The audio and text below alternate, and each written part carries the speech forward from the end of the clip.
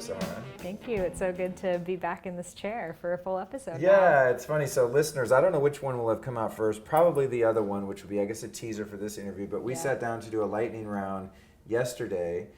And we had planned to have her on the show, but I was so backlogged with episodes. I was like, oh, we'll do it in LA, like in a few months. And then last night I was like, got back to my room and I was like, she has a lot to say. Like, we didn't even scratch the surface. You were very articulate and knowledgeable. And I was like, no, we got to grab this while I have all this stuff set up and get like an official real episode so I can extract your knowledge and share it with the world. Take it all. Yeah, so thanks for making the time to do another one. Yeah, and here we are.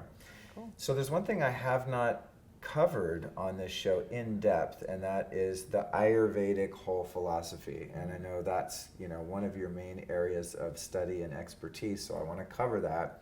I did one show early on with a guy named Mas Vidal, who was my yoga teacher for many years, and he's an Ayurvedic teacher, has centers, teaches it, has been to India a million times. But in the episode, we ended up just talking about spirituality and stuff, and we never really got into the whole thing. Yeah. And I just cheated and named the episode like The Secrets of Ayurveda, and we didn't really do that. Got some angry emails. I kind of gypped the audience of that. And then I interviewed Jasmine Hemsley the other day, who's a chef from the UK and is loosely based in Ayurveda, kind of an amalgam of Ayurveda meets paleo almost. Very cool.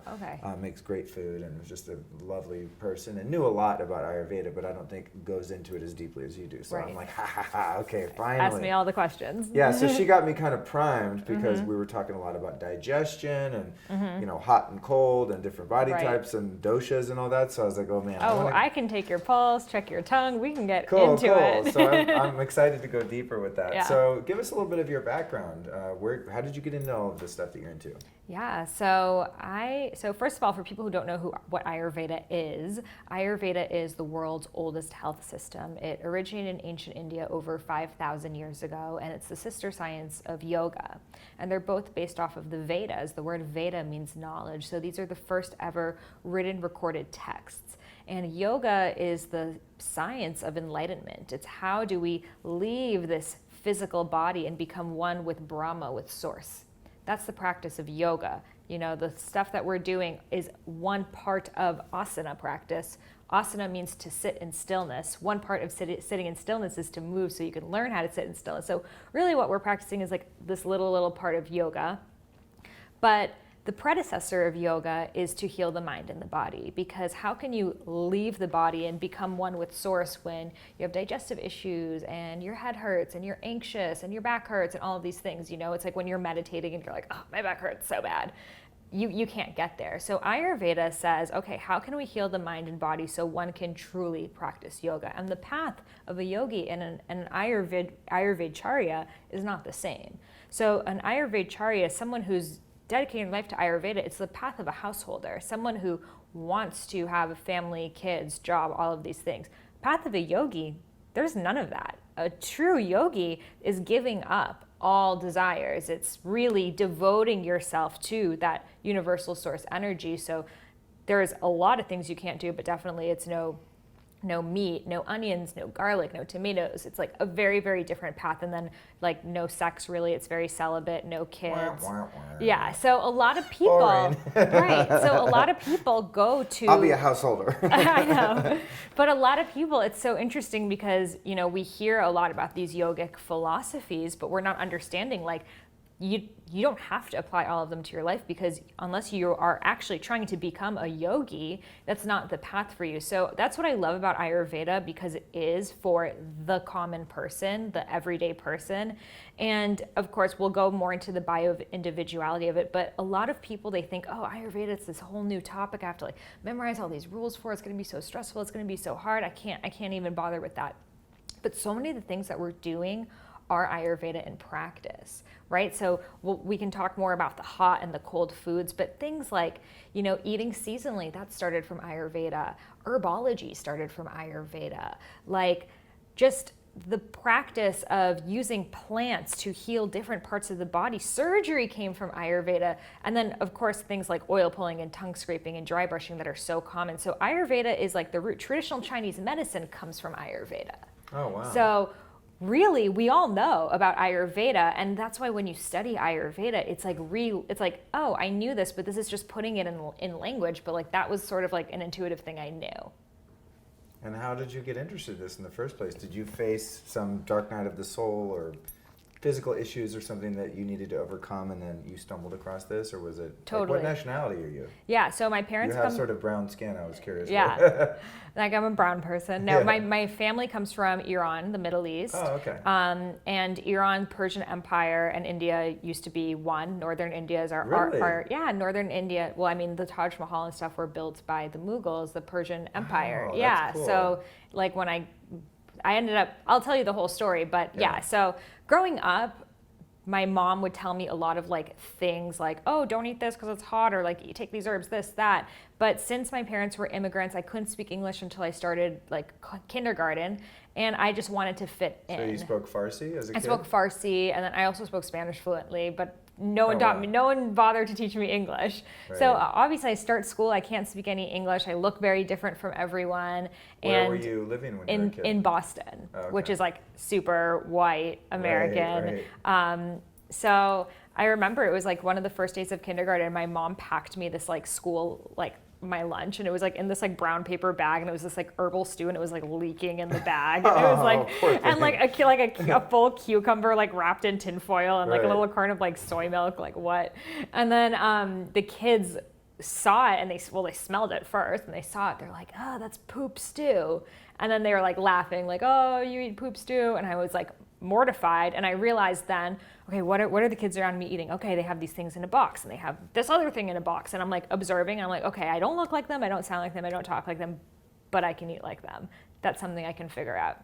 So I start telling my mom, I'm like, I'm not eating your food anymore. I'm going to start eating Lunchables and Kool-Aid and Doritos and man. this, that. Brutal. So she obliged, and so I started to eat those foods. And the sad thing is, then the kids would want to sit with me, would want to talk to me, and because food Isn't is that such a interesting? Like that bonding tribalism experience. starts Yeah, it's like so young. yeah, it's it's almost like innate to people. Right. Well, I mean, it's like all the kids in care, like everyone like misses their mom and is like scared and sad, and just like if someone's a little bit different from you, it's just easy to kind of be like, oh, you're different, so I'm better than you, and I belong because you don't. So yeah. So I never belonged. same. I don't think any of us who are like watching this belonged. Maybe I still don't actually. No, we're here. Sometimes I we're wonder- amp coiling. We don't belong. Have you ever had this feeling, and this is beyond like not fitting in kindergarten, but have you ever had the feeling in your life that you were like literally just incarnated on the wrong planet, like on the wrong plane of reality? Yeah, so I very much believe I'm from Earth. This is my planet and I'm here to protect it. But my boyfriend is, I mean, we can get into alien ass stories, but he's a fucking alien. Like, Really? alien shit happens to him all the time. Like, Wow. we were in Hawaii, and this is like going total off track, but I'll tell it really fast. Yeah. We were on the Big Island in this area that's known for its alien activity. And I didn't, I was on this belly dance retreat, and he came and met me after. I didn't tell him about this whole like alien thing because I didn't want him to like get all into it. And that night, I heard him kind of scream in the middle of the night, and I was like, oh, okay. And I sort of just went back to sleep. And the next morning, he's like, I don't know if this is a dream or this happened, but I saw like this light, and it was like right here. And it was like a what are those hoverboard kind of things? Like Hovercraft. yeah. And then I went to it, and it went up, and it went out the window. I was like, oh, that's weird. It's definitely a dream. Nope, no aliens here. And the next day we checked into another hotel, and he was on the balcony, his shirt was off, and I saw there were like these like grid marks on his back, and it was like a square like this, and like perfect just grids like on both sides, like as if someone had picked him up like this, like suction cups, like little cupping marks. I was like, what, did you sit on something on your back? He's like, no, nothing. So we started Googling it, and apparently this is like, there's like all these like alien forums of like multiple people having the same dream and waking up with those marks on their back. I'm like, okay, so you were straight up abducted. Wow. And I was near you. That's freaking scary. So he definitely would relate to not being from this planet. Right. Yeah. So you're in school as a kid, and you start using the other food to fit in. I'm guessing where the story might be going is at some point your health started to fail as a result of dietary choices. Exactly. So once I started drinking the Kool-Aid, became addicted, literally. Yeah. And I started to obviously gain a lot of weight, but get really bad allergies to the point that like the moment I would go outside, I would get an asthma attack. So then I was told I had asthma and I couldn't play outside anymore. I couldn't go do after school activities. When there was like recess or something at lunch, I'd have to like go to the principal's office and like wait. So I was like, oh, like I hate the outdoors anyways. I hate sports. I hate all of that. Just like, became very into like my Game Boy and computer and like that sort of stuff. And kept gaining weight, kept getting unhealthier. And then eventually when I was like 13 years old, I wanted to lose weight just to like fit in. And I remember reading in Cosmo magazine, which is just the best source of information if anyone's looking for health advice. Yeah. And it was like every once in a while at the dentist or something, I'll pick up those like girly advice magazines, and I'm like, oh my god, who's writing this shit? Especially the relationship advice. It's I'm like, insane. No, it's the exact opposite of everything this magazine is saying. It's like put ice cubes in your mouth. Yeah, totally. And I was like, ew, what? No. Bring marbles. Yeah. So totally. weird. So anyways, it said that you could lose weight doing hot yoga. I was like, perfect. I don't know what hot yoga is, but I'll do it. So I saw a hot yoga class like in the town next to mine. And Is this back in Boston? Yes, in Boston. Again, no one knew what it was. And it was called Prana Power Yoga. And I asked my mom to like drop me off there after school. Didn't know what I was getting myself into. And it was this like hot, sweaty room. I'm in like sweatpants and a sweatshirt. Everyone's like doing this dance. I don't know what's going on. But for the first time, I'm just sweating and I'm just connecting to my body, and I'm like not, because before I thought physical activity is like, oh, an obstacle course and you're being timed and whoever's like the last one loses. And like, I always thought it was this competitive thing, which I didn't want anything to do with, but like feeling this yoga practice, which was like going inwards and still moving, I loved it. So I start practicing yoga, but I don't want to tell anyone at school because it's so embarrassing that you're like exercising after school. So, right. So I start practicing. All the cool kids are like going to the movies, smoking cigarettes, eating making junk out. food. Like, Yeah. I'm learning yoga. So from this yoga practice, I start wanting to learn more. It started with Gandhi. From Gandhi, I'm like, I want to learn more about this person, that person, Deepak Chopra. Start reading Deepak Chopra's books. Start going into this like start reading all these like consciousness How books old when were I you was at this time? 13, 14. Wow, yeah. That's cool. That's cool. So then when I was 15, I like convinced my mom to let me live in a jail in Costa Rica, and I was like volunteering in a prison there, helping like with the inmates' children, like taking care of those. And I started just like becoming like a backpacker, like from Vietnam to Zimbabwe to like everywhere, and just going with different NGOs and like volunteering and really being on the ground, and noticing that in these places they ate such simple diets and they were so healthy. So I realized like that's what we need to do. We need to eat foods back from the earth. So I became healthier, became really into it. Eventually I started a blog in college called Eat Feel Fresh, which is the name of my next book. But in that path, I thought the healthiest diet possible is a raw vegan diet. And actually the first nutrition course I ever took was David Wolf's raw vegan at Body Mind Institute. So I became like a diehard raw vegan. And it was great. The first like 8 months of it, I felt amazing, so full of energy. I definitely had that thing going on where if I'd see someone eat like cooked food, I'm like, oh, they don't know they're eating dead food. And right. like, There's no enzymes in that. Exactly. Like, how are you digesting that? So became a raw vegan. But as a raw vegan, I was still having a lot of health issues, and they were getting worse and worse. Like if I didn't like food combine the right way, I drank like coconut water like after my salad, my stomach would hurt so bad that I literally would like want to like shrivel up into a ball.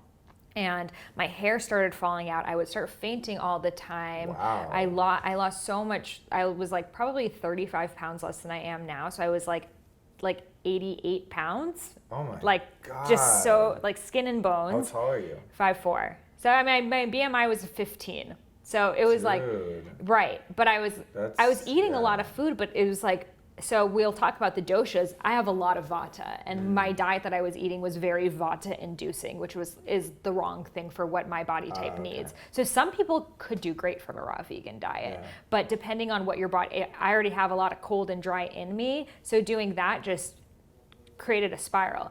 Then I also wasn't getting my period. And at first I was like, yeah, like no periods. This is awesome. But like 2 years of not getting a period. I've heard that from a lot of women, that their hormones would get really jacked up from doing raw Right. or even just vegan. Right. Yeah. And then again, if you're not creating hormones, that's creating a whole other source of issues, from osteoporosis to to like bone density issues, etc. So that was happening. My bones, my joints were hurting. I was like not able to sleep at night. I had really bad insomnia. I had horrible anxiety. And again, I didn't really think any of these things were interconnected. I thought like, oh, I have like digestive issues and separate hormone issues. And I started visiting different doctors, like a gastroenterologist and an endocrinologist, and then like, you know, doing my own thing for my mind. I didn't realize that all of it is interconnected. So finally, my digestion got so bad that I was literally willing to do anything. And in that, I started trying different diets. And I became a vegan vegetarian when I was like 15. I even stopped doing that. I'm like, okay, I'll go paleo. I'll do this like low FODMAP diet. I'll do the SIBO diet, this, that, like trying everything under the sun. And I even did this test, which was actually so where I would like try a diet for a month, get a blood test, and then try a new diet, get a blood test in between that to see if my blood was changing. But it wasn't, 1 month's not enough time. Right. So I wasn't really seeing that great of results. So you check your like vitamin and mineral levels. Right, because I was like anemic and like all of these issues to see. That's so crazy with the, I don't know, you know, it's, men and women obviously biologically are so different, but a lot of the women that do the raw vegan thing or even just the vegan thing develop that anemia. Yeah. And I put it together one day and then it was reaffirmed by some doctors I've interviewed because you're having periods. Right. You're like losing all of that iron and then not re-inputting it. Right. And then interestingly enough, a lot of men are really too high in ferritin that eat a lot of red meat and don't bloodlet. You know, so there's this ancient sort of practice of bloodletting to get the excess iron out. Bloodletting is part of Ayurveda. Oh, no way. Yeah. Everything is. Everything's part of Ayurveda. So what I do is I go donate blood every like 3 months, not because I'm a nice guy, unfortunately. I wish I was like that awesome, but I'm not.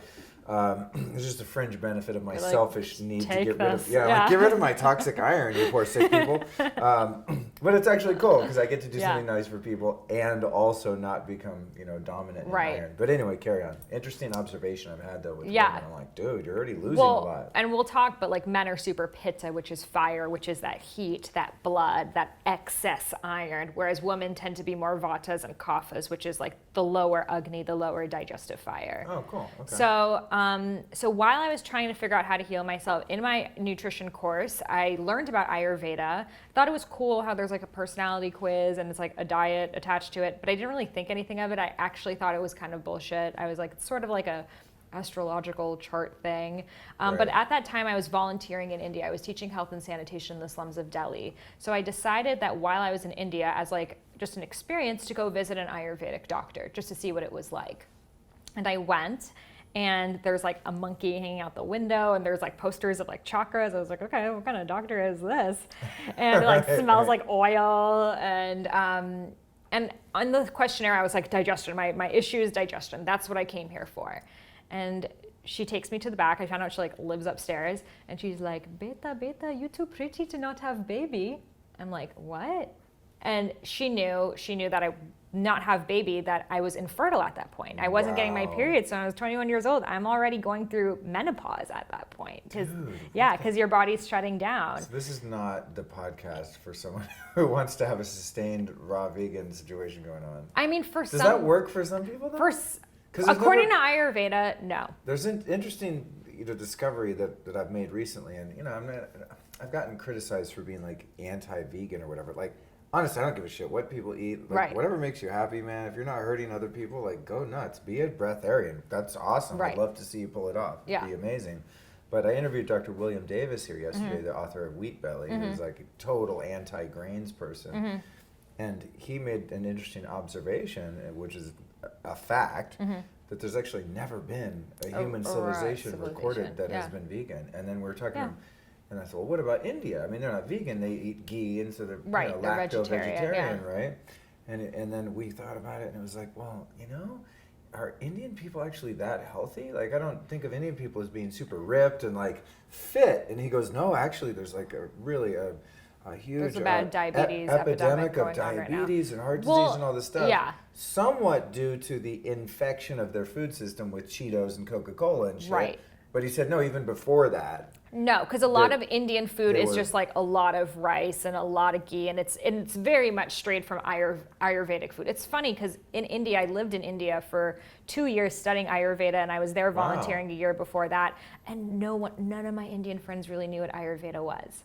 Right. So it's sort of like, oh, that thing that like my grandma does, or it's like a kind of massage, but it's not as much part of the culture anymore as it was thousands of years ago, Sure, right? sure. So, but yeah, in Ayurveda, they would say the problem with the raw diet, especially where I was it wasn't local, it wasn't seasonal. I'm living in Boston, it's like Antarctica there. It's so cold, and then I'm drinking coconut water and eating pineapple and like eating like I'm in Jamaica. So it's like, Oh, obviously I'm totally. eating all these tropical foods that are so cooling. They're Yeah. created for the equator, and I'm here in this Arctic tundra. No wonder it's not working. Whereas someone who lives in the Caribbean could be a raw vegan, and that could work really well for them. Right. They might not. You know, men tend to have more fire and more heat and be able to extract nutrients out of things better than women, so they would probably do better from it. But I've heard of women who are raw and they seem to be healthy and fine with it. So I can't say it doesn't work for anyone, but I've found, just like having been hardcore in the raw vegan community and not seeing a lot of people who are in it, it worked for a period of time, because it's like that like level one of like you're eating junk food and then you're eating a lot of fiber and a lot of good food. So Right. like that makes you feel better, but then it can be so depleting, because in Ayurveda we think of our digestion like a fire. It's called Agni. So if you think of it like a campfire, right? And you're pouring It made me think of like 10 mantras. Agni, Om. Yeah, all these things that's go. what it I've means. heard that word in so Yeah. many yoga classes, you know. Exactly. Yeah. So if you're putting cold water over, you know, you're waking up first thing in the morning having a green smoothie with all this frozen fruit, and then you're having like your iced water, and then you're having your cold salad, and then you're having another cold thing. It's like cold on this hot fire. Eventually the fire is going to be depleted. So in Ayurveda, it's always, how can I rekindle this fire, and how can I keep the embers of that fire burning strongly without overdoing it at the same time? Right. So it's like, if I start throwing like a ton of, you know, wind in there and like bricks in there and all that stuff, it could get too much, it could be depleted. So it's like that gentle, perfect balance. And what the real beauty of Ayurveda is the bio-individuality, that a diet that works for you will not work for me. A diet that worked for you last year may not work for you this year. Fall might not work for you in winter. 2 p.m. might not work for you at 11 p.m. So it's like all of these cycles, and when you know them, you're able to clearly know this is what my body needs. Not just in diet, you know, in Ayurveda, food is only 1/5 of your health, but in everything based wow. off of what's going on right now. Interesting. Yeah. Interesting. Well, what you're saying about, you know, beyond eating locally, I think a lot of people probably think, oh, eat locally because it's less impactful on the environment, right? Right. Oh, I get my food from the farmer's market. It doesn't have to travel in a truck from Right. wherever, right? Or be flown in from the freaking South America or whatever. So it's kind of that. But I interviewed Dr. Jack Cruz a couple times, and he's a huge proponent of eating in accordance to where you are because of what you described. just of 'cause not eating nutritionally, yeah. tropical foods if you're living in Antarctica. It just Right. doesn't make sense in nature. Right. That would never happen pre-airplane. Exactly. You know what I mean? Or Exactly. pre-ship, or with a shipping container. So it's like that, again, back to the sort of Paleolithic ancient model of, well, what did hunter-gatherer people do to get us to where we are? Right. Even as they became civilized and moved into a system like Ayurveda. Right. Before that, they were living just on the land, right? Right. But there's also a fine line of that too, because if we truly ate only what's around us, it's like there's so many amazing foods like chia seeds and quinoa and this and that then we wouldn't eat. So I think it's like, you can incorporate these like superfoods or great foods from other parts of the country, but the premise of your diet should be something that could potentially grow near you Right. at least. Right. Yeah, that totally makes sense. Yeah. I mean, if you think about too, where in the world, like if you think about a place like the Eastern Bloc, you think about like Poland or Russia, Right. those really harsh climates. I mean, they're not sitting around eating freaking bananas. You know No. what I'm saying? Like there's always like porridge and potatoes and stew. Right. It's like really warming, hearty food. Exactly. So it's sort of, it makes sense if you think about it. in that way. Exactly. So then even in terms of, even the people there, some of them are probably more hot and some are more cold. So in Ayurveda, they classify these as the doshas. Right. So the word dosha literally means energy. And there are 3 doshas that are based off of the 5 elements. And the 5 elements are air, ether, which is space, fire, water, and earth. So these 5 elements come together to create the 3 doshas: Vata, which is air and ether, Pitta, which is fire and water, and Kapha, which is earth and water. So to make it simple, I like to just think Vata, wind, because it has very wind-like qualities, which we'll talk about. Pitta, fire, Kapha, earth. So what are they? What's Vata? I forget already. Wind. Vata, wind. I can't believe you're quizzing me on Vata, wind. Vata, wind. Okay. Pulling it back. Thank you. Okay. Pitta. I'm already thinking of the next question. Yeah, I'm like, oh, yeah, okay. Oh no, I'm gonna see how well you know these doshas. This is good. Pitta, I remember. fire. Okay, Pitta, fire. Fire. Kapha, Okay. I forget. earth. Okay, earth. Okay. So if I was like, I have this really. That's why I listen back to my own podcast, so I Right. can actually like learn the second time. So if I was like, I know someone who's super airy, what do you think that their personality is like? What's an airy person like? Spaced out. Mm-hmm. Yeah. Spaced out, spontaneous, unreliable. Totally. Yeah. Yeah. And then if I said, I feel like I have a lot of air like in my digestion, what do you think that means? I would think you're you're breaking wind a lot. Yeah. You're doing bad food combining, that's what I would think. Right. So literally, we Yeah. even have the same terminology, like breaking wind, space-headed. It's the Oh, same interesting. terminology that we have, an I see where you're airhead. going with that, So okay. it's Vata. So you just Wow. described Vata right there. Wow. So think wind-like qualities in the mind, wind-like qualities in the body. Okay. So is the wind, is it normally hot or is it cold? Oh, I'd say more cool. Cool, right? Yeah, wind is cool. So generally. wind, if you leave something wet out there, what happens? What What would the wind do? The wind, if you leave something wet out in the wind, it would freeze. Yeah, it will dry up. It would dry out. Okay. Right. Okay, yeah. It would lose its moisture, yeah. So that's Vata. It's cold, it's dry, it's airy, it's spacey. In the body, it feels like feeling cold all the time, having stiff muscles, having a dried up menstrual cycle, having bloating, gas, constipation, literally cold, dry colon. Oh, So think wow. of those qualities in the body. Then in the mind, it's airheadedness. It's being forgetful. It's being spacey. It's, those friends that every time you talk to them, they have like, oh, I'm going to do this with my life. Oh, I want to do that with my life. Like they can't stick to one thing. Like that's excess Vata. Oh, interesting. So it's anxiety. Anxiety is when you're not able to control your mind, you're future tripping. So that's anxiety right there, Vata. Insomnia, not being able to turn off the thoughts. So basically all the problems I had were just textbook Vata, Vata, Vata down the line. And this is actually the doshic imbalance I see most common with like health conscious, especially women. Because the foods that are prescribed The to green us juice are girls? salads and exactly. I call and them they're the all green juice girls. right. And that's like LA for you. Yeah. But it's like we're told like be And healthy. I love you, green juice girls listening. You're great. But Right. yeah. But that all the foods we're told to be healthy are the Vata-inducing foods, so we become super Vata. And then also our society says like skinny, like anorexic-looking people are the most beautiful, Right. so we're like also striving to be like So that. weird too. By the way, ladies listening, that's not actually true. No guy I know likes like Right. emaciated women. Yeah, it's really. I mean, it really has nothing to do with the body. It has everything to do with your own perfectionism in your mind. Right. Yeah. So that's basically what Vata's like. I like to think of Steve Jobs as a Vata. So he has that like tall, lanky body. You have a very Vata body. And I'll talk about how people are born, but like in your prakriti, in your DNA, that means you were born with more Vata. The fact that you are like a tall, skinny, long-faced person Right. is Vata. Steve Jobs is like that too. So Vatas are creative. They're artistic. They're imaginary. They're like eccentric. They're always like, woo, like you're so Vata actually. Yeah. So again, like Steve Jobs' energy, like he had a vision for a different type of world where like we all had iPhones and like Yeah. what an amazing thing. But we all know that he also could be like really impatient and all over the place. And we've all seen like the movies about him. Sure. So he was a raw vegan also.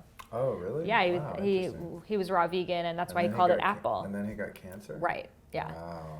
So that's a great example of a Vata, that like visionary, creativity, artistic, but if it's out of balance, it can turn into anxiety, insomnia, being flighty, scattered all over the place. That's interesting because I was a vegetarian for 10 years and I was like way spaced out. But if I go too long without eating, like, and I don't eat it's weird. Lately I've been in a big salad phase and like, I need more vegetables. My body's just calling for that. And I haven't eaten a lot of meat lately. I just haven't been craving it. But if I go too long without eating meat, I get super spacey. Right, because for you need more grounding. Like I'm like floating away like a fucking helium balloon. And I'm like, I need like fat and meat. That's what happened to me last night. I went down to the restaurant and ate some pretty tragic mystery meat and mystery cheese, and just like I was like, oh my god, and I finally landed back in my body. I was just like, oh, I feel solid.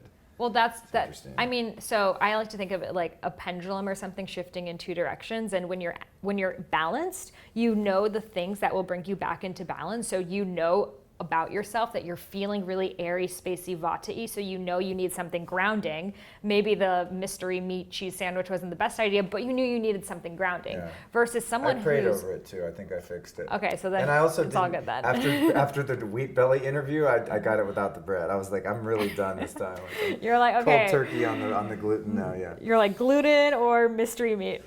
Mystery meat. Yeah, I told the waitress, I was like, yeah, I'll have the sandwich with no sandwich. Just like melted meat on a plate, thank you.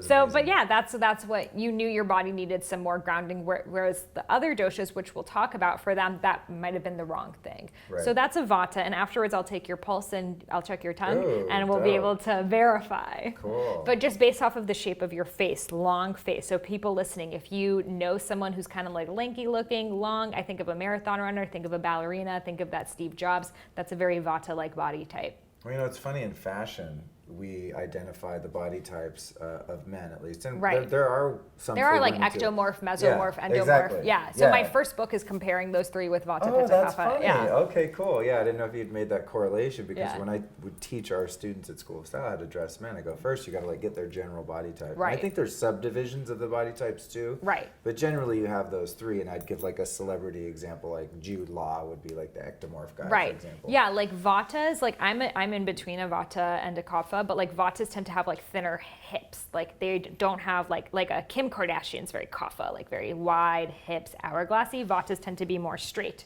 Oh, interesting. Yeah. Okay. So that's a Vata. So now we'll get into Pitta, which is the fiery dosha. So if I was like, ooh, I have this friend who's like super fiery, what do you think they're like? They would be temperamental, someone you don't want to mess with, someone who gets shit done, is productive, is always on the go, proactive. Right. I would say. Totally. So that's a Pitta personality there. And if I was like, oh, I feel like I have a lot of fire in my body, what do you think that's like? I mean, you'd be running hot, like someone who sweats a lot. Right. Yeah, someone who's got like the pit stains. You know? Yeah. Like I can get in a sauna for like a half an hour at 160 and you don't degrees, sweat. and I'm like, hello, sweat, where are you? Yeah, it's really hard to sweat. Yeah. It's really hard for me to sweat. Whereas some people are I'm like, even working on hacking I have a handyman. I'm the same way. I don't sweat. Yeah. I gotta hack my clear light sauna to make it hotter so I can sweat faster. Yeah. Right. Yeah. I'm the exact same way. But some people, like Pittas, they sweat super easily. So Pitta, it's that fiery personality, goal-oriented, achievement focused. They know what they want. Like a Pitta's like, here, look at my schedule, and like mark your, like we'll hang out like in 3 months from now. And it's like very like focused on that, very organized, very structured. But life doesn't always go according to our schedules. So Pittas get really freaking pissed off if someone throws them off. So they have that fiery outburst. They get angry. They get hot-headed. I think my business partner's one of those. Okay. A lot of people in business are Pitta, because Pitta is such a yang energy, and it's so like, get things done. It wants a goal. Like, we're gonna hit this target, you know? And like, it's like that football coach. It's that CEO energy. It's very much like that. But at the same time, it can be fiery and passionate and sexuality and all of that. So I think of like a balanced one would be like a Jennifer Lopez. You know, it's like she got that fire going on. Like, that's a good example. She's still killing it. Like, you're not gonna mess with her, but like you like what she's got going on, right? Hey, and Donald Trump is the imbalance. He is like the fire who can't contain himself. He has redness. He has really bad inflammation. He has the red hair. He's like a very much Pitta. I want to like send him some cilantro to like help him out, because he's so much fire. So again, it's that like, this is what I want. I'm right. You're wrong. Black and white mentality. So that is like the shadow side of the Pitta. So J-Lo, Donald Trump, choose your side.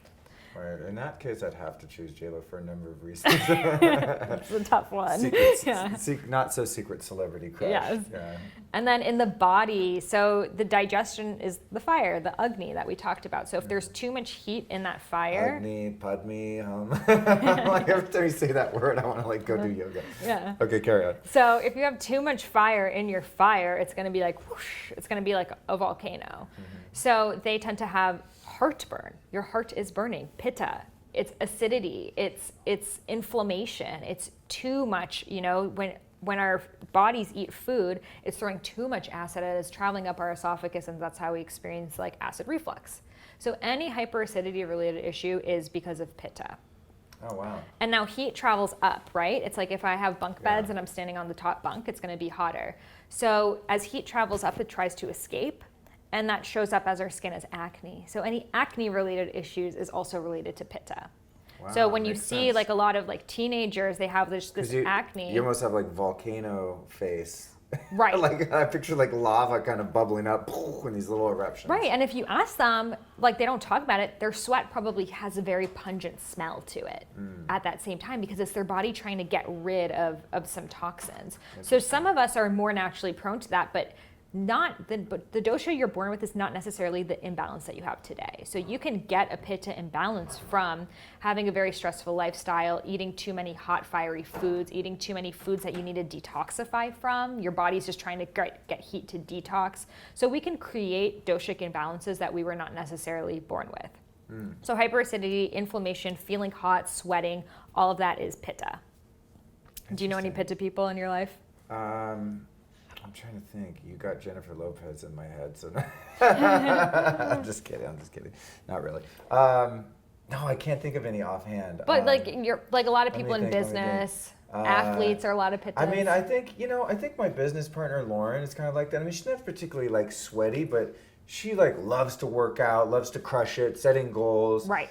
I'm total like makeup life as I go, spontaneous. I hate calendars and times and clocks and You're dates so and, Vata. yeah, and so I drive her nuts because we have a meeting and I'm like, shop like maybe it took me years, but now I'm like right on time. Right. And she's like, hey, what are you doing this week? I'm like, I have no idea. Like, I'm the same way. I Yeah. can't plan anything. So yeah, I think in that sense, she's probably the one that's most like that. But that's why we've been great business partners though too, because I bring like the chill vibes and Right, and she gets the things done. Because if it's like a bunch of Vatas, like if me and you were in charge of running the earth, we'd be like, hey, woo, woo. Yeah. Like, Yeah, it wouldn't work exactly. out. So the Pitta energy needs to come forth.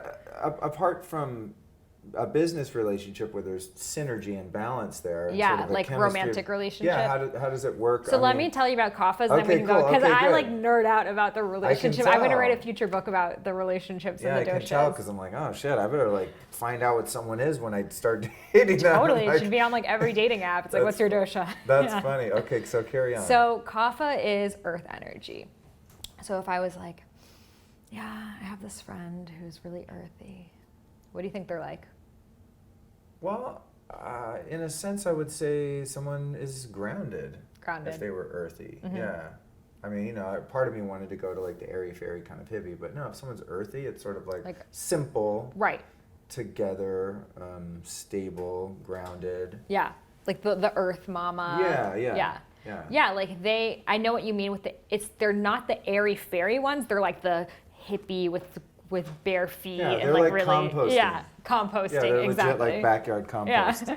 So like Sabrina's super Kapha. We can use her as the example. Does Sabrina have a compost? Are you serious? She composts and talks about it. Aaron. Yeah. Wow, we got a party going on. You guys listening to this, we now have a room full of podcast. like 6 amazing souls in here. I wish we had more microphones. We could just I know. We could go around and say everyone's dosha, like she's Vata right there. So Kapha people. Carry on. They talk a little bit more like this. A little bit more calm. Yeah, I'll get you. Stand and by. Peaceful. I'm gonna have you start that sentence over. Okay. Editor, note. Okay. Start with Kapha people. Okay. So Kapha people talk a little bit more like this. I know that type. Yeah. You're good. Are you acting ever? No, that was pretty damn good. But I was like, I'm just literally just letting it anchor in. And they'll like stare at your eyes. eyes for a little bit too long. If you're Vata, you're like, what the fuck? Like, you know? Right. And then if you're Pitta, you're like, let's get things moving. So Kapha is just so in their body and they're grounded and they take their time. And that's just how their energy flows. So Kapha people, it's like the earth. The earth is like, it's a heavy energy. It's a dense energy. It's a giving energy. It's the mother energy. The earth provides us with everything and we use it and we take from it and we take from it and the earth continues to provide. So this is the issue Kaphas have in their life. They're giving, giving, giving, but when it comes to themselves, they don't fill up their own cup, which, you know, Sabrina was just talking about, and it's the issue that all Kaphas have. It's like, it's the grandmother energy. You know, the grandmother is like making sure you're okay and making you soup and doing this and that, but is the grandma doing her own self-care practice? No, because she wants to make sure everyone else is okay. Right. So it's like, I think of like the mother on Thanksgiving who's like, you know, slaving away like the 3 days before, like carving the turkey, making everything ready, making the table. And then it's time for dinner and she doesn't even want to take pictures because she hasn't showered, she hasn't gotten ready. She's like frantic, you know? And that's that energy. It's putting other people in front of you. So that's Kapha mentally. Kaphas are the chillest people. They are the people that everyone comes to when they have a problem. They can hold space for people. But they have a hard time voicing their own like shit that's going on because they feel like if I spread my own truth and what's happening, then everyone will like crash and crumble because everyone's depending on me because it's like the matriarch figure. So Oprah is a really good example of a Kapha. And she talks about a lot in her career saying yes to everyone. And people would be like, oh, can you like be part of this fundraiser? Can you donate us this money? And she just wanted to make everyone happy. So she would say yes, yes, yes, that her biggest lesson is just creating those boundaries, saying no, putting herself first, taking care of herself. So that's Kapha mentally. But in the body, we physically hold on to things. So Kaphas store fat. And for them, it's very, very easy to gain weight and very hard to lose weight, because we hold on to emotions as energy and we store it somatically in our bodies. And Kaphas oftentimes tend to gain weight in their hips, in their thighs, in their butt, in their lower bodies, because it's very grounded. So the Kapha person, what they need is the stimulation. They need to exercise, like wake up in the morning and like run or like do cardio or sprint, which is like the last thing that they probably want to do because their energy is much more like stagnant, or like trying new things because Kaphas can get into their like routine and they want to like kind of like, they have their habits, they have their friends, they have their things, like, well, everything's good, like why do something new? So what they really need is to bring in more of that Vata, that creativity, that like sporadicness energy, and then that Pitta, that fire, that action. So with those being said, I want everyone to just take a moment to think about what their dosha is. I have a quiz on my website that they can take. Oh, cool. So you can take, it's a like 12 question quiz, and it will separate the results between your mind and your body, because what I found from studying is because of imbalances going on, a lot of times our dosha in our mind is different from the dosha in our body. So we're gonna have to treat them differently. So treat whatever's going on in your body, treat that with the diet. And then whatever's going on in your mind, treat that with the lifestyle stuff. You know? Totally. So Kapha, Totally. Another one I didn't mention, the shadow side is depression. That makes sense. Because they're always happy for everyone else and you don't know what's going on. So Robin Williams is a great example of this, making the whole world laugh. We didn't know that he was depressed. Right. So that's why self-care for them is like essential. Whereas for a Pitta, it's like, okay, relax on the self-care. You know, you always, Yeah. Like people are like, you're so, like people say, oh dude, you're so productive and prolific, you're doing all this stuff. Are you sure you're taking care of yourself? I'm like, you have no idea. Yeah. I spend 5 hours a day just pampering myself. Right. Well, because like the Vata energy is just like, always like, you know, it's like, especially with your energy, you like to try new things. It's like, that's how they thrive. For them, like actually the stability in the routine is like what feels like kind of uncomfortable and what they need more of. Yeah, stability to me feels confining. Right. It's like, ugh, God, don't like go to dinner next Monday. Yeah. Like, no, that's like way too much commitment, you know? Right. But it's like, you know, if that balloon doesn't have its like that weight holding it down, it'll fly up. And that's how Vatas oftentimes they're like the phoenix. They have so many different lifetimes in their one life because they're moving, and it's hard to really progress in anything if you're changing it up so fast. Right. So like that amazing quality, that trait that we Vatas have is also our issue, because we're like, oh, I'm done with this, now it's on to the next thing. And to really create success in anything, it like takes like a level of like continual growth. Whereas like a Pitta will do that, but sometimes a Pitta won't even know why they're doing it. they're just working for the sake of working, and there's no, they kind of forget to do the vision boarding and the end goal. And then the Kapha is sort of just like, like, it's good, I'm good where I'm at. Like, it's too much of a hassle to change, so why not just stay here? Interesting. Yeah. Wow, God, you're so knowledgeable. It's crazy. You're Just, so young, I just wrote too. 3 books on it now. Right, you're super smart. Like, Thank wow. you. That's why when we did the short interview, I was like, yeah, no, we got to do more. There's a lot more to unpack here. This is fascinating. Yeah, so we can talk about the relationships and the doshas. Okay, cool. Let's do that. Let's do that, yeah. So Vatas, I mean, in dating, they tend to be like, they want a variety. They tend to be serial daters because it's like, oh, I don't know, this guy was like too tall and this guy was too short and this guy was too in between. And it's like, there's always something. And then Vata's always changing so much too. So it's like who you were like a month ago is different from who you are now. So how are you supposed to find someone who's going to meet you in your constantly changing identity? Right. So if a Vata's with a Pitta, and a Pitta is someone who's like, a Pitta is like, this is what I want, and I'm gonna go for it. They will draw a picture of their ideal guy, ideal girl, and like, this is what I want, no compromises, and that's it, which is super decisive. So Vata Pitta can be a really good match because that Vata brings in that like creative, like, ooh, let's try new things, and then the Pitta is like passionate about them, and the Vata needs that. It brings in that level of fire because 2 Vatas can just go off into their own things and then lose that passion because it's like, I'm into my biohacking. It's like, well, I'm into my Ayurveda, and we like never talk again, you know? Right. Whereas the Pitta needs to be like, okay, we need to prioritize a date night. We need to prioritize this, that. That's so true. God, that's interesting because, for example, I really love going to exotic places and stuff like that, but I've been single for quite a while, and so I never go because there's no one around to be like, hey, there's this thing, let's go to this thing, I'll plan a trip. Like, if no one plans anything, I don't make plans, like, so I don't do anything. We need to just show up. Yeah, I literally don't go anywhere. I'm like, when's the last time I went on vacation? I'm like, it's never gonna happen by myself because I just wake up, what am I gonna do today? It's not like,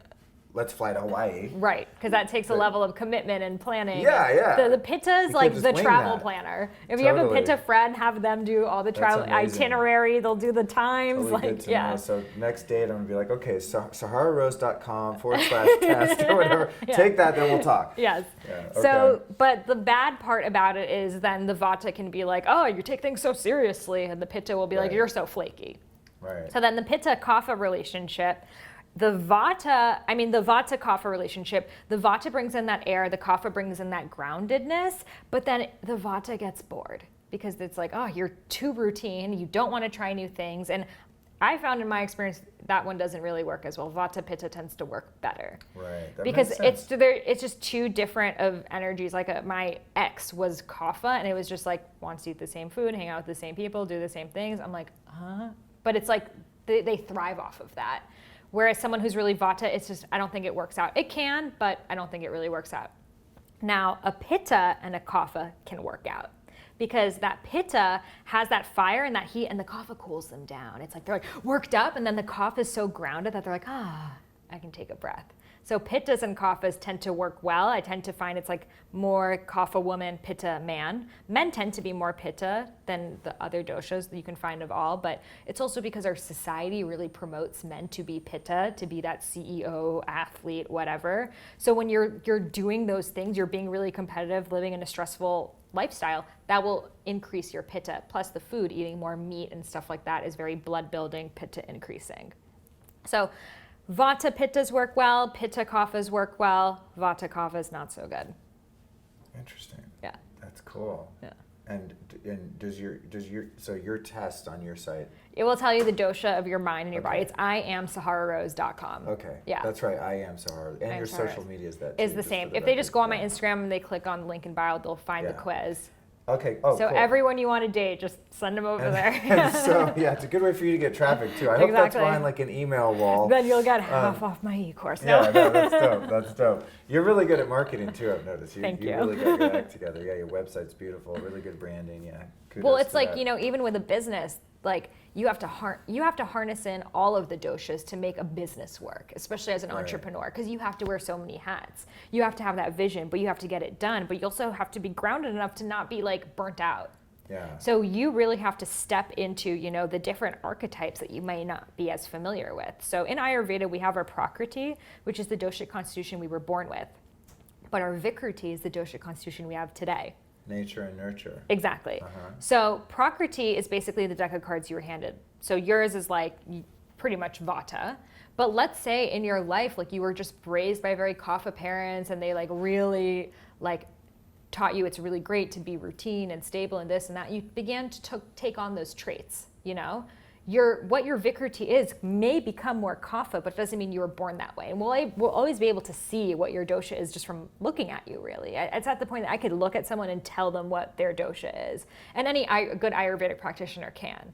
So, and about the faces also, Pittas tend to have angular faces. They tend to have the straw jawline. Oh. And that's a sign of the testosterone, Where's too. Homeboy? Is Aaron still in here? No. Oh, I didn't get a good look, but from what I could tell, he was Pitta. That's funny. Pittas tend to be Yeah. muscular.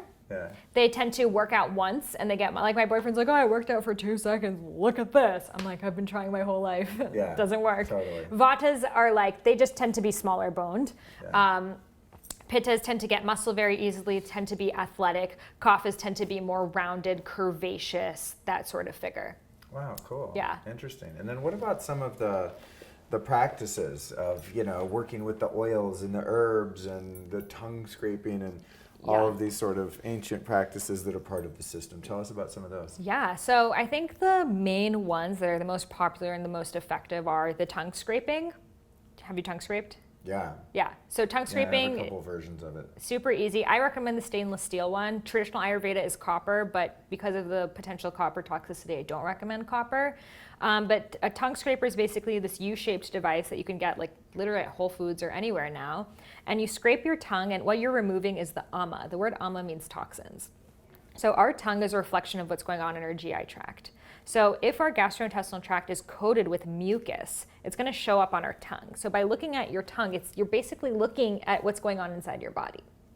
So if every day you're noticing there's a lot of white stuff, it means there's something you're eating or something you're not detoxifying that's creating this ama. So what the tongue scraping does is it removes the toxins from the surface of your mouth, and it improves your digestion.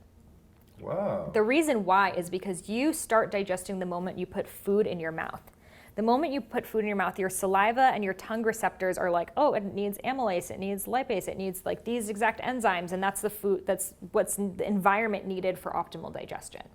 But if your tongue is coated in white stuff, the reception is not as good. There's a block in between it. So it's not able to adequately create the digestive environment needed for proper digestion, nutrient absorption, and elimination.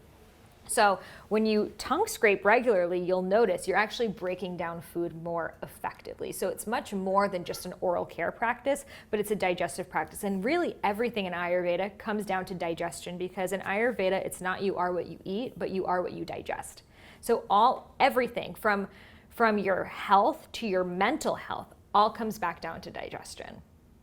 Wow, So that's cool. tongue scraping, It's yeah. interesting that, about the, preparing your digestive system by giving a signal to your mouth Right. and then obviously to your brain of like what's coming down the pipe. Right.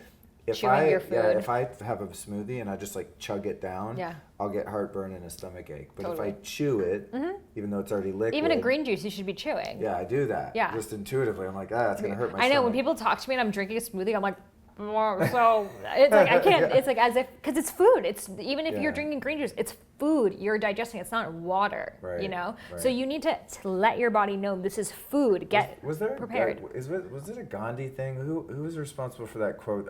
Drink your food and eat your liquids. Have you heard that? No. Yeah. So like, drink your food, meaning chew the crap Right. out of your food until it becomes mush. And I've heard becomes liquid. eat your fruits and drink your vegetables. I've heard that one Oh, before. okay. But I think you should also eat your vegetables too. But Right. But yeah, it's the digestion begins in your mouth. So tongue scraping is a good way. The thing that comes next is oil pulling. Have you tried oil pulling before? Yeah. So oil pulling is like Ayurvedic mouthwash. And basically what you do is you put a spoon of oil in your mouth, sesame oil if you're Vata or Kapha because it's warming, coconut oil if you're Pitta because it's cooling.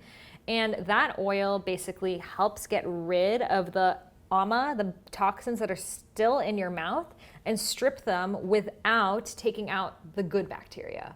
Because our mouths, the same way as our gastrointestinal tracts, have good and bad bacteria. So what happens when we take like an antibacterial mouthwash, Listerine, something like that, is we're killing everything good and bad. Right. And that's why people become addicted to it. They're like, Right. I need my mouthwash, or I need my gum after a meal, because it's like it tastes so bad because the bad bacteria has outpopulated the good bacteria. Oh, interesting. But with time, you can rebalance it. So you have like a mouth, like an oral biome. Exactly. Right. Exactly. It's the same as if you were taking an antibiotic every day, you know? So with the oil, it takes out the bad bacteria without the good bacteria because it's so gentle. So you're not going to feel like just brush clean feeling. It's not as to your face as an antibacterial mouthwash is, but over time you're getting in there. So I like to think of it like if you're cleaning a wood floor, like wood has pores in it, right? Our tongue has pores. If you use water to clean wood, you're not really getting deep into the pores. Whereas if you use oil, that's how you get deep into whatever's going on in that wood. So think of it the same way with your mouth. And that's why oil is really used for, now people use it for makeup remover, for all sorts of cleansing. But the word for oil in Sanskrit is sneha, which means love. So in Ayurveda, like to oil yourself is to love yourself. Interesting. Yeah. And what's up with the Ayurvedic treatments where you get like The I had this done Panchakarma. I had this done in Abhyanga. India, in a little village called Puttaparthi, which was the village of Satya Sai Baba, and his ashram was there, and well, his ashram still is there, but he's no longer there. But I was travel fatigued, and I was like, oh, massage. It was like Ayurvedic, just doctor massage or whatever. Right. So I go in and I'm like, but how many girls are working? They're like, no girls, sir. Only us men, And they had their little smocks on. I was like, do you, doctor, give massage? Like what? Yeah, Like, it's a treatment. Yeah, and so it's a fucking great story. I just have to tell it. My friend Duran, if you ever listen to this, Duran, remember this, buddy? He lives out in Austin now. But anyway, I'm like, Duran, he was a bit younger than I, and I dragged him on this pilgrimage to go visit all these gurus in India and stuff. So we go up to get a massage, and I'm like, oh, this is weird, but all right, whatever, we're here, let's do it. It was like 5 cents, and because it was a couple of rupees or whatever. So it was a great deal. We're going to do it. And so they take us in the room and get naked and lay on this table. And then they also had this little sauna in there. Like, do you want to do a sauna? I was like, hell yeah. Duran, you go do the sauna while I get a massage. And so he goes over in the corner, and it's not like a proper sauna that your whole body goes in. It's like a little wood box, and your head pokes out. Oh, nice. It's like a little body sauna. So he's like sitting there, and I look over. Homeboy's just there with his head popped out of the little hole. And then I'm like naked with these 2 dudes. Then another dude comes in. I'm not like homophobic, whatever. It's like I'm getting a massage. I'm not even tripping. But I'm like naked on the table, face down. And then all of a sudden there's like these sort of like these vessels of oil hanging above the table, and they start pulling these little levers, and I feel like, I feel this like warm oil on me. I'm like, this is kind of cool. On the third eye? Yeah. And then, I think they had a towel over me, Yeah, I probably had a towel over my butt, and when I flipped over, it wasn't like too weird. But but it's like this hot oil, and it's very herbal and everything. But then it's crazy because there's like 4 hands on you, and I was like, hand massage. I was waiting for like this kind of kneading No. thing, and they're like like super fast, Right. like rushing their hands, Yeah. and there's like 4 hands, and it was very disorienting. And I look over, and my friend Duran, he'd never had a massage of any kind in his life, let alone from 2 dudes, half naked with a bunch of oil. I look over, I'm getting my massage, and homeboy's in there fucking in the sauna. He should have been red, and he's like white as a ghost. His eyes are bugging out of his head because he's next. And he's just like, he's totally weird about being naked. He's like the guy at the gym that would like go and, hide to change. He's not like naked guy. Yeah. Not naked at the hot springs. I'm like, whatever, right down the street naked. But yeah, it was one of my most funny and fond travel memories, just like looking over at my homeboy who's just freaking out. So what is that crazy hot oil, multi-hand, fast massage whole treatment about? Yeah. So that's a Panchakarma. Panchakarma means 5-fold treatment, and it is the Ayurvedic detoxification treatment that's done. It's supposed to be done every season, but you could do it once a year, whatever you want. And it basically is to bring all doshas back into balance, because we can have imbalances of different doshas. Like if you're traveling a lot, your Vata will get in balance. If you're stressful, your Pitta will get in balance. If you're overweight, your Kapha will get out of balance. So it's bringing different doshas into balance, and really it's customized for you. So the different treatments, the oils they use, the pressure they use will be customized for what you need. So the four-handed massage, Abhyanga, is basically to help stimulate your lymphatic drainage system to get things moving. It's not like, the point is not to like have like a relaxing experience. Right. It's like a medical treatment. Right. So okay. that's Abhyanga. The oil pots that you saw is called Shirodhara, which is basically these like pots of warm oil that they pour over your third eye, and you're supposed to lie there and it kind of swings. It's like this pendulum that's swinging. Yeah. And I and it just pours remembering like that over now. your face and into your hair, and it opens up that third eye, but it's also really good. Like, it's an herbalized oil that's a brain tonic. So sometimes they'll put like Brahmi Gotu Kola in there, which is brain tonics. So it's very good for de-stressing and helping those herbs like go further into your brain space. And there's so many ones. There's Katya Basti, which is like this like dry patterns to help you lose fat. They didn't do that one on you, obviously, but that's a Kapha treatment one. This is like probably 15, 18 years ago. Right. So I definitely didn't need any fat loss. I was Yeah. super skinny. I was in the vegetarian years. Right. So so they tailor it to you. And if you really want to go the traditional, very traditional, the ancient ways that they used to do it, mandatory vomiting was often happened to after you do the treatment. It's like you normally do it for 7 days, even 21 days. Every day you're doing these treatments. You're not allowed to be on your phone. You're not allowed to be reading a book. You literally are just there to heal. Like, it's really intense. So, and then at the end of it, to help let go of anything, you do a lot of like enemas. Like, so before, like we talked just about the castor oil, the reason I had to drink the castor oil is because I did Panchakarma. Okay. So you have to clear everything out you can before, and then at the end, there's like, you drink salt water and you do this enema to help get rid of stuff. Traditionally, they would do the bloodletting. And in fact, the god of Ayurveda, he's holding a leech, because they would put leeches on people because they knew that if you had too much Pitta, you had to get rid of blood. So this is not legal to do anymore, but leech therapy, which I think they still do, like kind of under the table. Our friend Allison Charles, when I was interviewing her, I looked her up online. I was watching her YouTube videos. And there's a YouTube video of her going to a guy in New York that did the leech treatment thing. Oh, wow. I'll have to ask her about Craziness, it. Yeah. That's oddly enough, that's one thing I'm like, I would not do that. I'm would crazy never do biohacker. that. I'm like, you're not putting leeches on my ass. Yeah. Hell no. Yeah. All right. No, I would never do that either. But yeah, you basically experienced Panchakarma, so that's really awesome. And now they have them in the US that are more based off of like for relaxation purposes. They're like the one I did in India is like, oh, they are like strict on you. It's like they're not there to pamper you, they're there to heal you. Yeah.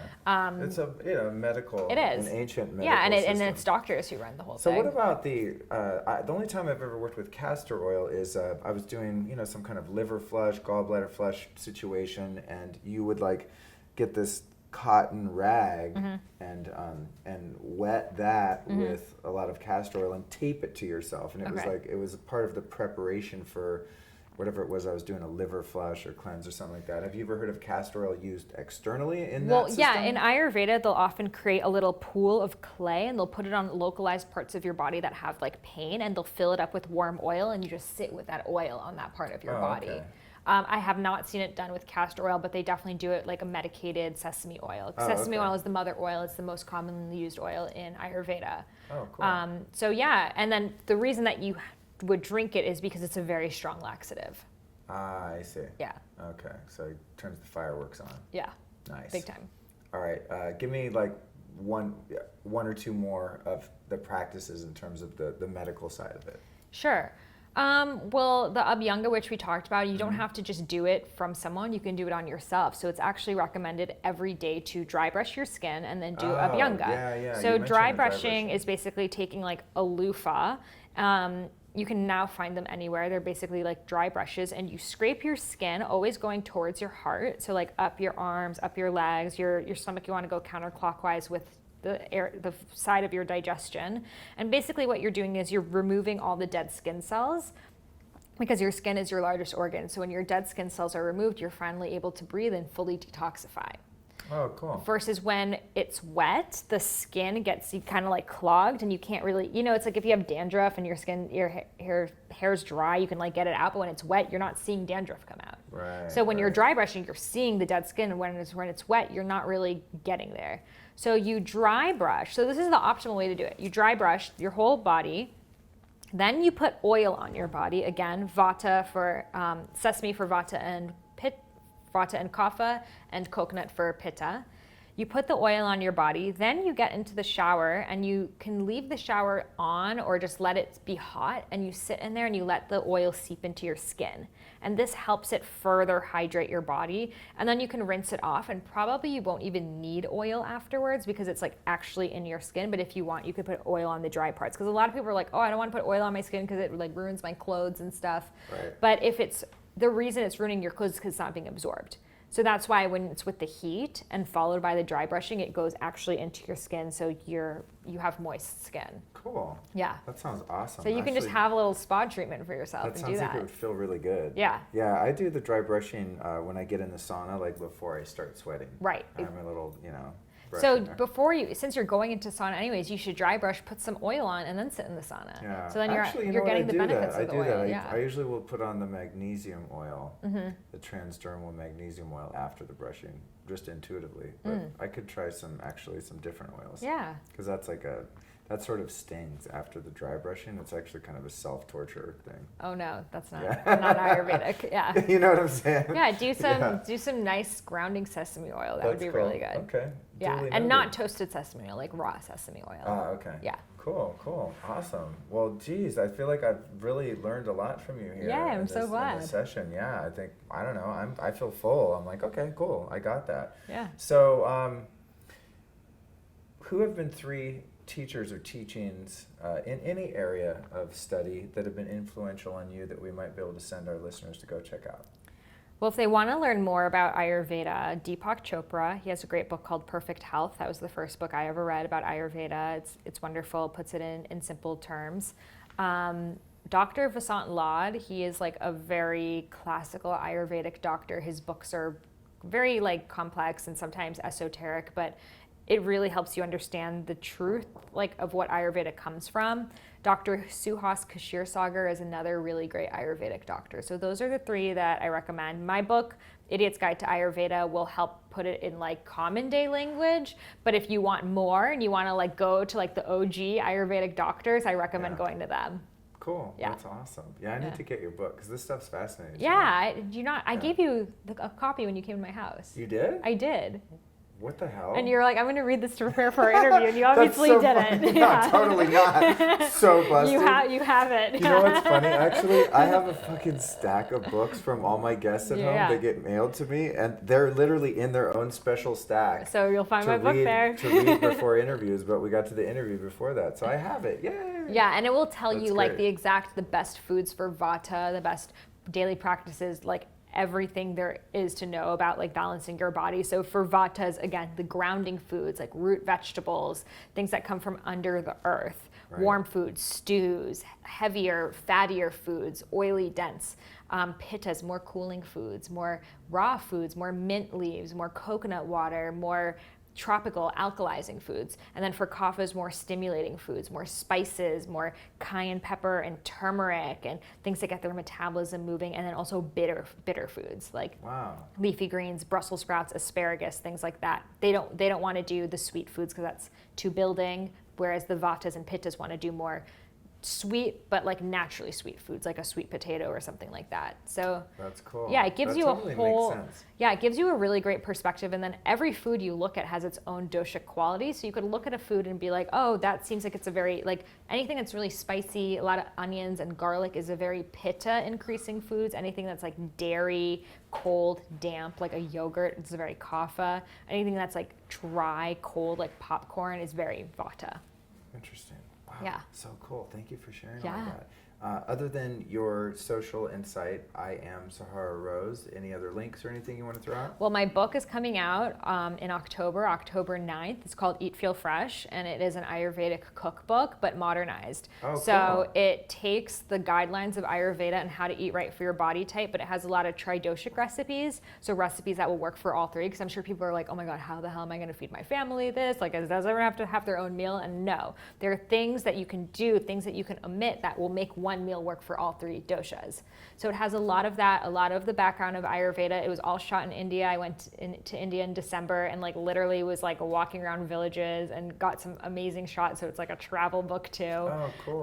So that's out October 9th. We can totally do a giveaway for your podcast listeners. Awesome. That's Send great, it because over this to will some. definitely be out before that. Yeah. And at least I don't have to rush it. Sometimes Take your time. someone comes on the show and they're like, yeah, my book comes out Tuesday. I'm like, how am I going to get it out in time? You know? No, So that's until great. then they can read Idiot's Guide to Ayurveda, Cool. and then once they're And ready I can read it too. and you can in read it too. preparation We for can the have a next book one. club.